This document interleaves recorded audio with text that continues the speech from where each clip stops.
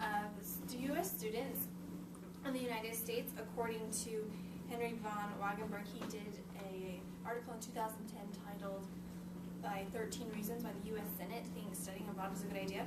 Anyway, 87% of students cannot find Iraq on a map, and this is college students between the ages of 18 and 24. 83% cannot locate Afghanistan, 58% cannot find Japan, and even 11% can't even find the United States. And so this statistic just shows how apt even college students, educated college students, are, a lack of their global awareness to the world around them. And I've always been aware of, not aware, but very interested in the world around me and different people and their cultures. And so today, or in this semester, I'm taking a tourism class, and we were talking about the benefits and the impacts that studying abroad can have, and so I've looked more into it. And after seeing the potential benefits and impacts, I am convinced that you will either be inspired to even look into studying abroad or just becoming more globally aware and globally literate of the people around you. So first we're going to expose problems of global illiteracy, then we're going to explore causes, and then to finish off we are going to discover the solutions. So to start off, these are some of the problems. So as we all know, we live in a global world. Companies and businesses, they interact with each other overseas, across borders, and their needs for competent individuals in that workforce has grown. And in the United States, we are not really supplying them with what they need, so they are hiring foreigners to fill those U.S. job positions, and we're losing jobs. In an article of 10 Reasons Why You Should Study Abroad, it is found that companies see individuals who study abroad as more self-motivated, independent, willing to accept challenges, and able to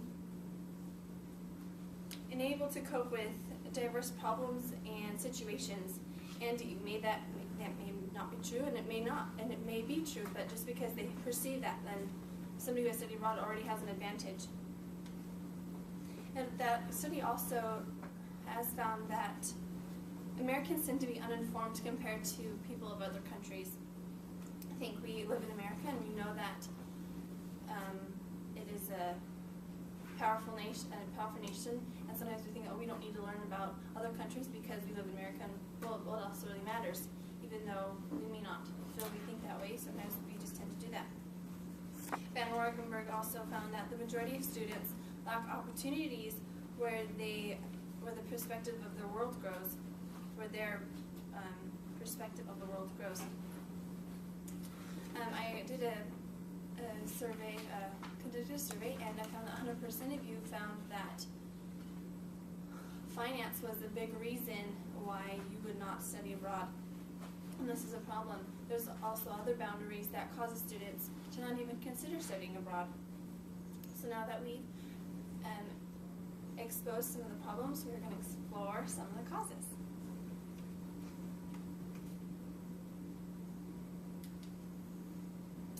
So, students are limiting their experiences. College is a very distracting place, whether we from families or from parties or from our hobbies or just simple things that we give into to find short-term pleasure. And those things aren't necessarily bad, but they can consume our money, our attention, and we forgo potential benefits that help us grow as an individual to become qualified to enter the job force. Another problem is that students are unaware of the financial aid that can be awarded to students who study abroad, and they consider it as a big cost. Sometimes we can't think of studying abroad as a cost. Think of it as an investment. It's not something that is a short-term vacation or a spring break. It's going to impact you for the rest of your life, and that short-term focus kind of deters them from even considering it. So now that we've explored some of the causes, let's discover some of the solutions. There are solutions on a small scale and on a large scale. On a small scale, we can learn to make scholarships. And after we learn about them, apply for them, and be competitive. We can do this. Talk with professionals, and there's counselors that can help us studying abroad and guide us in the steps. They can ease that fear we might have or the anxiety, because studying abroad, entering a new country that we don't know, it can seem daunting and overwhelming. And even if you don't study abroad, just simply become globally literate. Learn about other countries. It doesn't have to be hard. Just the Discovery Channel is a wonderful, wonderful resource. I mean, watch that instead of watching a sitcom. Maybe not all the time. I'm not saying sitcoms are bad, but just broaden your horizons.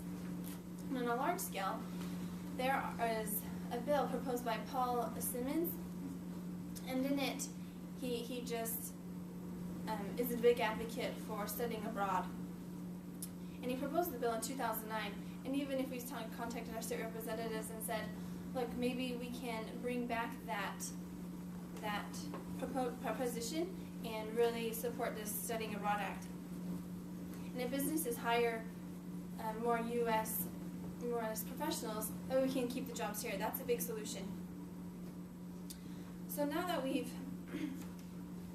exposed some of the problems, explored some of the causes, and discovered some solutions, we can see the impacts and the benefits. Studying abroad is a ripple effect.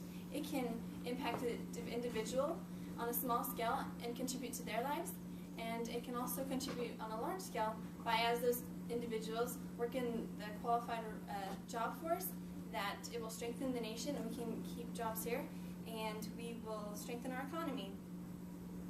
So let's win back American jobs. Show that we are capable, that we are determined, and that we will succeed. So take action. Let's inspire each other and get excited about it. It's an exciting thing, and so, I mean, just learning about it's exciting.